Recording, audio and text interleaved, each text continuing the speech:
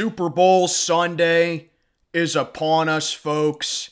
And I don't know about you, even though everyone hates this matchup, I'm always excited for the Super Bowl, man. I'm always pumped up, and especially this year in particular in my tournament, because for the first time in the 8 years that I've been running this tournament, I made the Super Bowl, and I am very excited to be able to make this pick count towards my record. What is going on, everybody? I am Mac, back with another video. As always, do me a favor, like, comment, subscribe, follow on Instagram. Link in the box below. So yes, I am participating in the Super Bowl this year for my Pick'em tournament. I mean, I always put out a Super Bowl prediction regardless, but this one counts for a win or a loss for my tournament, as I just await for my opponent to come up with their pick. But yeah, this is my Super Bowl 58 prediction, and obviously you got the San Francisco 49ers going up against the Kansas City Chiefs in a rematch of Super Bowl 54, where the 49ers had a 10-point lead on the Chiefs, and then Kyle Shanahan had another choke job in the fourth quarter, and the Chiefs won their first Super Bowl in 50 years. But before I get into my prediction, let's just talk about how each team got there. So for the NFC champion 49ers, it's their first time winning the NFC since that 2019-20 season, as they finished 12-5 this season, running away pretty much with the NFC West.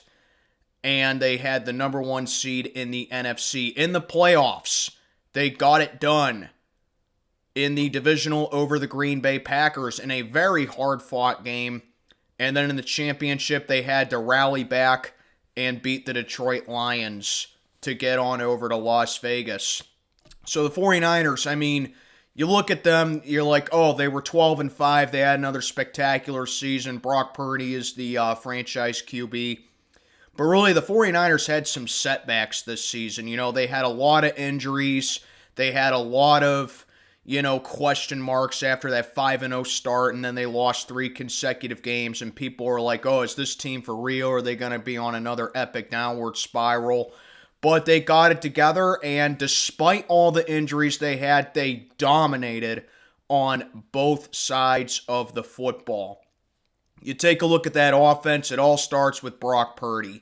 Brock Purdy, came in last year, and, he pretty much had the majority of the league questioning if he's a product of Kyle Shanahan or if he really is for real, and I think he's put those answers in check this season. I think Brock Purdy is the real deal, and it's very apparent that the 49ers made that trade for Trey Lance to make Brock Purdy their regular starter now, and I think Brock Purdy has definitely earned it. He's put up MVP-type numbers at one point in the season, and I don't think Brock Purdy's missed a beat. He went from a check-down artist from a system quarterback to now looking like a gunslinger and now looking like a franchise-capable starter, and I think Brock Purdy has all the intangibles to be one of the best quarterbacks in the league.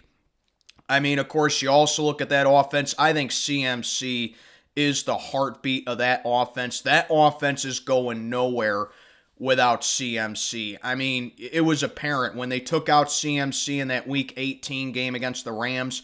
49ers couldn't really get anything going offensively. So it just goes to show you how vital CMC is. If there's any running back that should win MVP since Adrian Peterson did in that 2012 season, I think it has to be CMC. He is the most important player on this 49er offense, in my opinion. And then their weapons are no slouches either. Starting off with Deebo Samuel, one of the most innovative players in the league. I think he has to get it going for this offense to get in rhythm. Brandon Ayuk stepping up as a solid number one option, and if not, he is a quality number 2. Any way you look at it, he's a top 2 receiver on this team, and I think he'd be a number 1 on other teams as well. Also with the running game, I forgot to mention, you got Elijah Mitchell And then you got Kyle Juszczyk as a tight end as well. So I mean, this 49er team is definitely going to pound the ball right down your throat, and they're going to get their tight ends involved. And that leads me into George Kittle. George Kittle has been a fan favorite, and he's been one of the premier tight ends for years now. And like CMC, I don't think the 49ers get anywhere offensively when George Kittle is not getting involved. Offensive line for the Niners is among one of the best in the league, and they have done a very good job at protecting Brock Purdy all season. Any way you look at it, this 49er team is more than capable of putting up a ton of points on the board, and they are definitely going to keep you in a game. Defensively is their bread and butter. They survived the majority of the season without Ufunga, who missed, a lot of the season with his torn ACL. But you take a look at that pass rush, man. Nick Bosa, Eric Armstead, former Steeler Javon Hargrave, the depth pieces that they have, and then getting Chase Young at the deadline. That was the equivalent of them adding CMC last year, and Chase Young has been performing as advertised for the 49ers. This pass rush is lethal for the 49ers. And when they're not getting up and in your face with the blitzes and generating 6 sacks a game, how about their linebackers with Fred Warner and Dre Greenlaw? That's all you need to know. They are going to stop any run game dead in their tracks. They are going to get physical, and they are going to rack up those tackles. Their secondary led the league in turnovers this season. I mean, do I need to say anything more other than Tre'Davious Ward? But how about Oliver Brown and Gibson as well? That 49ers secondary, even without Ufunga, is just incredible, and it really is a product of how well of a coach that Kyle Shanahan is, both offensively and defensively. I will say, for the last time these two met in Super Bowl 54, and the time they even met in the 2022 season when Kansas City won both games, here's an interesting fact. The Chiefs ended Andy Reid's Super Bowl drought, and Andy Reid won his first ring. Is it Kyle Shanahan's time to get his first ring, end his reputation as a choker, and finally bring that 6th Lombardi back to San Francisco, the first time since January of 1995, when they blew out the then San Diego Chargers in Super Bowl XXIX. Only time will tell, but their opponent is no cakewalk in themselves as we take a look at how the Kansas City Chiefs got here. 11-6, the number 3 seed in the AFC, winning the AFC West for the 8th consecutive season. And how they got there, blowing the doors off the Miami Dolphins in frigid cold weather in Arrowhead 26-7. Once again besting Josh Allen's Buffalo Bills in the divisional. And then in the AFC Championship, they pretty much had it easy against the Baltimore Ravens. So you look at Kansas City, you're like, oh, they went 11-6. It's one of the weaker Chiefs teams that we've seen. Probably the weakest Chiefs team that we've seen since Patrick Mahomes has been there. While I do agree with that, playoff Chiefs are a completely different animal. Even though Kansas City had their slouches this season, they had moments where they looked like that their title defense was over, and it looked like that another team was going to be taking over the reins with them, a.k.a. the Ravens, and thank God they didn't as a Steeler fan. The Chiefs, I mean, they're, like I said, they're a completely different animal when it comes to the playoffs. Other than the Bills game, I can't name a time where Kansas City trailed in the playoffs. I mean, yeah, I know they trailed a little bit against Buffalo, but other than that, I can't name one time this entire playoff tournament where the Chiefs have trailed in the playoffs and they faced adversity, But that just goes to show you how resilient this Chiefs team is and how they have one word on the tip of their tongue going into Sunday, and that's dynasty. This would be their 3rd championship in a 4-year span in 5 seasons, and they would be getting talked about as being the team of the decade, like the Patriots previously were, like their opponent, the 49ers, were throughout the 80s. how the Steelers were in the 70s, how the Cowboys were in the 90s. You get the gist. How about that offense for Kansas City? Despite all the drop passes they had, despite all the question marks they had offensively, it all starts with Patrick Mahomes and his ability to get things going on offense. He is the type of quarterback that every coach and every team wants. His overall just play style, the impossible throws that he's able to make, running out of the pocket, making throws on the run, bombing it down the field.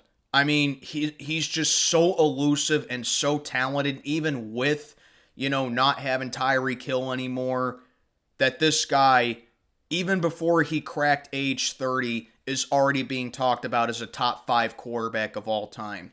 Isaiah Pacheco's been, a substantial contributor to Kansas City's offense as well, and I think they heavily got to get him involved in this game plan as well, but he's going to have no easy task going up against that 49er front, as I mentioned before. But how about the weaponry the Chiefs have? Travis Kelce, of course. His chemistry with Patrick Mahomes is second to none in this league, and I expect him to have a lot of, if not most of the targets, or maybe even all of them when it comes to this game, because you got to beat that San Francisco defense the same way that they're going to beat you. How about Rashee Rice? When he's been stepping up to the reins and his number's been called up and the Chiefs have been lacking a wide receiver, which I still think they should go for in the draft this spring, Rashee Rice has been Mahomes' most reliable target over this past month, and I expect Rashee Rice to be heavily involved as well. I don't know if Tre'Davious Ward's going to be on him, but we'll see. But Rashee Rice has definitely been a very reliable target for Mahomes throughout this past month.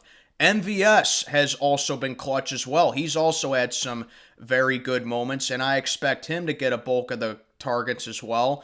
And then also you got guys like Noah Gray, Justin Watson, and Sky Moore also being good contributors for the Kansas City Chiefs. So any way you look at it, sure, the Chiefs may not be a dominant offensive team this year, but you can never truly take them lightly as long as 15 is under center and as long as these players get on a hot streak. They are definitely not to be taken lightly when it comes to Kansas City's offense. You look at the defense, that has been carrying Kansas City for the most part this season. The Chiefs have really upped up the ante on defense, and I think you got to give a lot of credit to Steve Spagnuolo. His work on the defense has been very good, evolving Kansas City into a good pass rushing team, and especially evolving that secondary into being elite. Even with Charles Omenihu's ACL being a blow to Kansas City, they have really upped things a notch as far as the pass rush goes. All you got to know about is Chris Jones and George Karlaftis. Also, Michael Donna has been a really good contributor to that Kansas City pass rush. The pass defense has been money, and especially their interior linebacking core has really been an even balance of physical, hard-nosed guys that'll stop the run and they'll get physical with you up front to just overall getting up in the pocket and making a play and making the quarterback flail around in the pocket. Like I said, Steve Spagnuolo, great defensive mind, and I think he deserves a lot of credit for how Kansas City has evolved defensively. Like I mentioned before with the secondary, it has been elite this season, causing turnovers, locking down receivers, deflecting passes, being physical, covering guys. They've done a fantastic job with it. It all starts with Snead. He is as shut down as it gets. He has only given up one touchdown throughout these entire playoffs. And I think I think Snead is definitely among one of the top secondary players in the league. Trent McDuffie's no slouch himself. And then, of course, you also got Edwards and Reed as well. So overall, Kansas City, they seem more like a defensive team this year, but offensively, you can never truly take them lightly. And as much as I hate to say it, this Chiefs team gives me a lot of 2018 Patriots vibes. Were the Patriots a strong offensive team in 2018? I don't think they were. But the bread and butter for the 2018 Pats was the defense. They held the highest scoring offense in the league to just 3 points. And that's what Kansas City's been doing. They've been keeping opponents off the board. They've been getting physical with teams. They've been limiting the run. They held Miami's high-octane offense to 7 points. They had the toughest time with Buffalo for sure, but even then, they did their best to keep the Bills off the board. And then that prolific offense that Baltimore had, 10 points. This Chiefs defense has been the bulk of them, and that's why it gives me 2018 Patriots vibes, as much as I hate to say it. And that 2018 Patriots team did win the Super Bowl despite having no offensive production in the Super Bowl itself. So there you go with this matchup right here between the 49ers and the Chiefs. Now time for the moment yins have all been waiting for, my prediction for the game. Well, I don't think it's going to be high scoring. I really don't. I know a lot of people are saying that it's going to be a high scoring game, that it's going to be lit up like a Christmas tree. I think if you want a matchup like that, you're probably looking at Bills Cowboys or Bills or I almost said Bills Ravens, but you're probably looking at a matchup like Bills Cowboys, or I would say Ravens Lions. But with this matchup here, I think it's going to come down to who wins in the trenches, who has the better run game, and overall just who just overall is the more experienced coach team. Because San Francisco, in my opinion, should win this game easily on paper. I think they're more talented than the Chiefs are. I think they're head and shoulders a better team than Kansas City is. But there's one big X factor that makes me decide this. While the 49ers are definitely going to beat you in the trenches, they're definitely a more physical team. They definitely have more offensive firepower at their disposal at this moment than Kansas City does. And while the Chiefs absolutely can match that defensively, like I said, the number one X factor, experience. Patrick Mahomes is entering his third Super Bowl. He has 2 Super Bowl MVPs to his resume. Brock Purdy, this is the first Super Bowl that he's appeared in. And here's a crazy fact. Ever since that Super Bowl XXIX matchup between the 49ers and the Chargers, the losing quarterback in the Super Bowl has never made it back to the Super Bowl. That's a crazy but true fact. The losing quarterback has never made it back to the Super Bowl on their first appearance. And this is Brock Purdy's first Super Bowl appearance. Last time they met, Super Bowl 54. It was Jimmy Garoppolo's first Super Bowl appearance. And wouldn't you know it, Jimmy G has never made it back to the big dance. Some might call it a coincidence. Some might call it, an underlying factor. I say it's destiny. So if San Francisco loses, I really don't have any confidence that they can make it back to the game despite the loaded roster that they have. Kansas City has the experience, and I think that with the pass rush that they have, and with the experience offensively that they have, and with the fact that Andy Reid has 2 Super Bowls and Kyle Shanahan's choking history, I really don't know how the 49ers, with them having a lot of trouble closing out games this year and them needing to rally to win their 2 playoff games this year, and Kansas City straight up dominating the majority of their games, that is something to be very on caution about if you're looking at this matchup in a nutshell. Like I said, 49ers, they needed to rally to beat Green Bay and Detroit. Impressive wins, but still, the Chiefs are a different animal. You get in a deficit against Kansas City, it's game over, because the Chiefs have dominated their opponents for the most part throughout these playoffs. In short, I think San Francisco's the better team, but I am going to say the Kansas City Chiefs cement their name as the next dynasty in the NFL by winning their 3rd Super Bowl since 2019. And I'll even say that the MVP of this game is going to be Travis Kelce, and he's going to propose to Taylor Swift on the 50-yard line after the game. So Taylor Swift is going to be getting a ring as well, in my prediction for Super Bowl 58 for all the Swifties out there, because I think that's just what the NFL wants. So there you go. That's my Super Bowl 58 prediction. Thank you all for tuning in all season. It was a blast, regardless of the outcome of this game. Can't wait for next year. Hopefully I can have another Super Bowl run. Let me know what you think down in the comments below. Mac, checking on out for the day. Happy Friday. Have a good one, everybody.